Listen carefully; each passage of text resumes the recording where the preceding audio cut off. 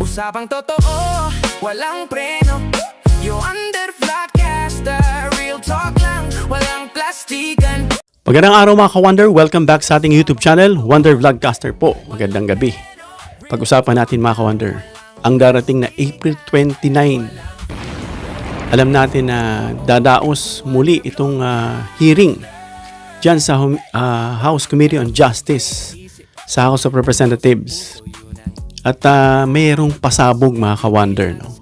Although hindi pa ito ganun kakumpirmado, pero ito'y napapabalita mula sa mga insiders mga ka-Wonder.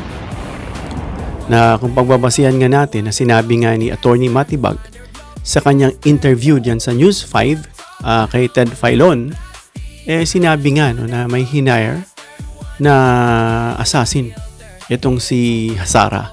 Pero hindi ganun binigay kabuod kasi bakit tinukoy? Matagal na mayang paikot-ikot lang. So anong merong highlight? Bakit napag-usapan yan dito sa News 5? Since malapit na nga itong April 29.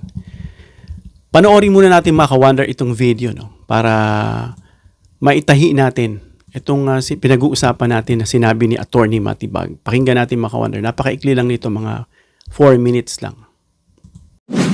Ito po, no, laman po ng aming balita kanina, ibinunyag ng NBI na totoong may kinuha umanong assassin si VP Sara Duterte para ipatumba sina Pangulong Bongbong Marcos. At ang sinasabi nga po dito na source ay kayo po mismo. Pwede ho ba namin malaman lang po ang mga informasyon tungkol dito kung mamarapatin po lamang po ninyo before ho kayo humarap sa hearing po ng Kongreso ngayong pong linggong ito?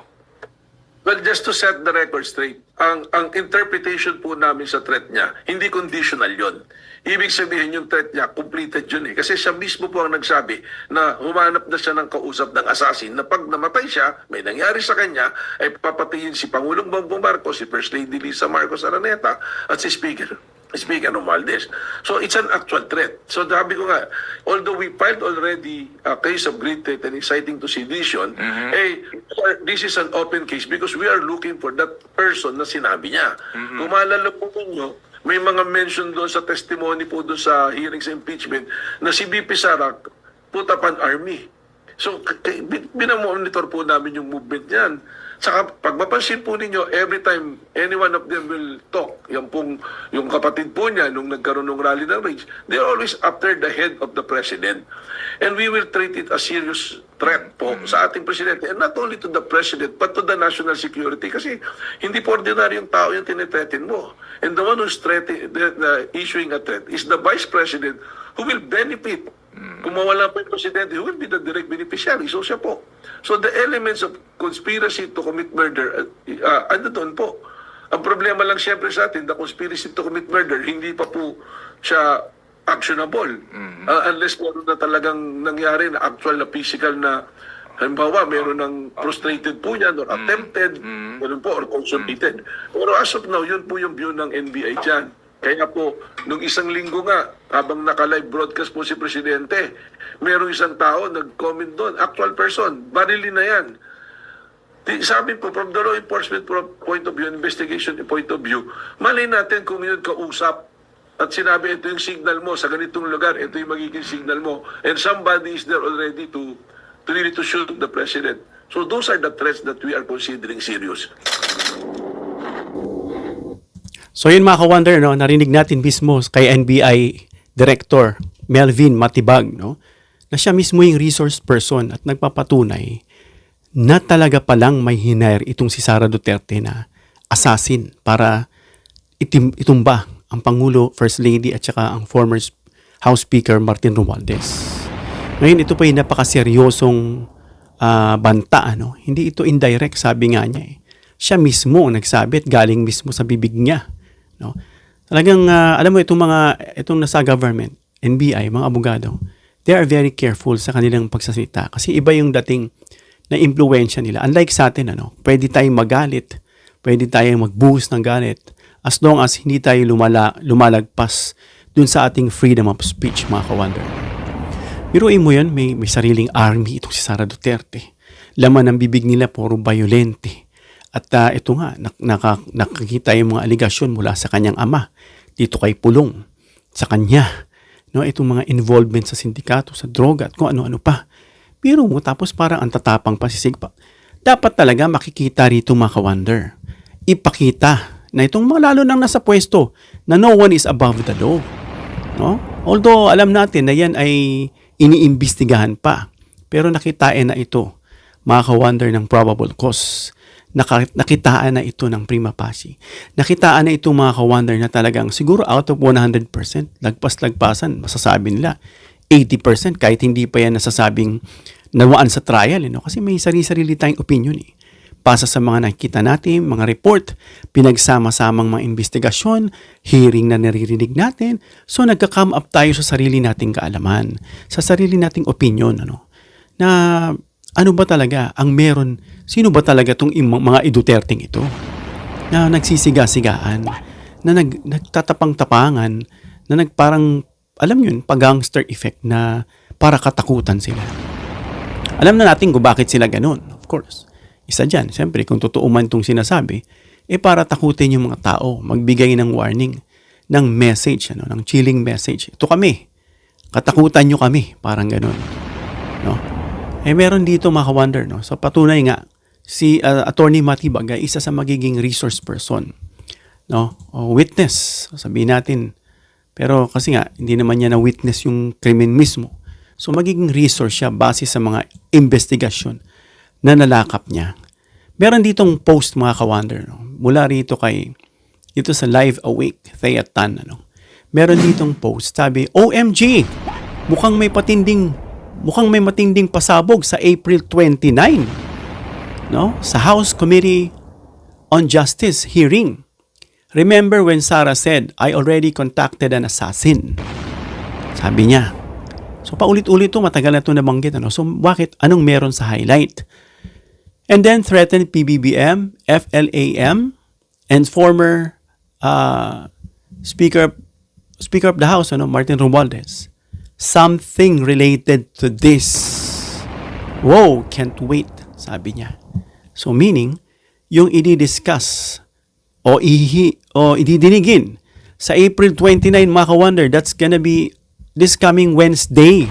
So abangan nyo yan, mga ka-wonder, tututok tayo dyan. At mukhang meron ditong nabanggit kasi na napag-alaman ni Attorney Matibag na talaga palang may hinire siyang assassin. Paano niya nalaman? Bakit ang term is talaga? That is confirmation, mga ka-wonder, na talaga daw may hinire itong si Sara Duterte na assassin. Unless itong assassin na ito ay nahanap na at nakausap na, mga ka-wonder. So yan yung aabangan natin. Sabi rito, yan po ba yung hired killer mismo? Haharap siya sa hearing? Yan ang sinabi. No? That's my hinala. Ako. Also pala, I'm sorry. Pagsamahin mo lang yung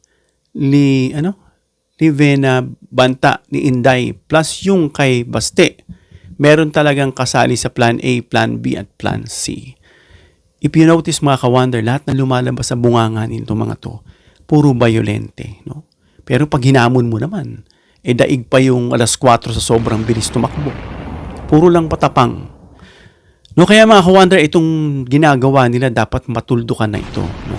Kasi hindi ito normal eh. Kumbaga yung ginagawa nila, nano-normalize, nagiging norm na. No, itong mga DDS, kumbaga bumuo na sila ng sarili lang ecosystem. Na parang nabubuhay na sila sa sarili lang ecosystem. Na yung kumbaga yung mga extrajudicial na yan, okay na sa kanila yan eh. Okay na yan. Yung mga interview, marinig mo, okay ba sa yung pagpatay? Okay na yan. Kung sa mga ganong, hindi na sila dumadaan sa batas. Alam natin na tayo'y nabubuhay sa batas at lahat ay dinadaan natin sa due process. Lahat dinadaan natin sa batas, mga ka-wonder. Hindi po pwede yung may nangingibabaw na tao. Lalo na yung mga ganyang galawan na ang tatapang. So itong surprise witness, hindi natin alam kung sino yung taong yan. Pero we are just trying to read between the lines. Na inaalam natin itong sinasabi ng NBI director dan sa April 29 na pagdinig. Itong surprise witness, pwedeng whistleblower ito, mga ka-wonder. No? Kung hindi man ito yung hired mismo, pwedeng whistleblower, pwedeng insider, or resource person na may bagong impormasyon, mga ka-wonder. Hindi na natin pag-uusapan, mga ka-wonder, kung yan ay isang political theater or political ring critical breakthrough. Hindi natin isipin ba kasi tayo ay tinitingnan lang natin, no? We are just trying to read between the lines. Hindi tayo nagbibigay ng kumpirmasyon, no? At sana yung ating hinala na pinagtahi, no, na April 29 na sinabi ni Attorney Matibag na talaga pa lang, dun pa lang sa word there is confirmation. Kasi sinabi ni Sara na may kinontak na raw siya assassin kapag may nangyari sa kanya, patayin daw si ganito, ganyan. No joke, no joke. Yun lang ang iniwan ni Sara. Aside from that, wala na. Ngayon, bakit sinabi ni Attorney Matibag na talaga palang may hinire siya? Bakit? Unless nga, mga ka-wonder, na ito ay kinumpirma ng either insider, whistleblower, o nakita na nila itong assassin mismo. So abangan natin yan, mga ka-wonder, sa darating na April 29. Of course, as you expect, hindi na naman siguro darating yan si Sara Duterte at may iwan na naman yung upuan niyang bakante. I'm not sure kung darating din yung mga legal counsel niya. Sa una dumating, pero dito sa pangalawa mukhang hindi ko nakitang, parang hindi dumating, mga ka-wonder, no? Dumating ba? Mukhang hindi sila dumating, kaya nga nagpa-press ko na sila eh. Doon na lang sila sumagot. At dito sa pangatlo, kahit matapos yan, hindi sila sasagot. Because then again, sabi nga nila, walang jurisdiction sa kanila ang House Committee on Justice. Aantayin na lang daw nila doon sa taas, sa Senado, sa trial mismo. So hanggang dito lang tayo, mga ka-wonder. Comment down below your opinion para mabasa natin at mareaksyonan. Please give me a thumbs up if you like this video para ma-share ni YouTube sa iba pang viewers. Please share this video para malaman nila na itong sinasabing hinire na papatay o chuchugi kay Pangulong Marcos, First Lady Araneta at dating dating House Speaker Martin Romualdez ay totoo pa lang, meron. Yun ang sabi ni Attorney Matibag. And please subscribe, hit the notification bell icon and choose all bilang suporta sa aming mga content creators. Hanggang sa muli, mga ka-wonder. God bless.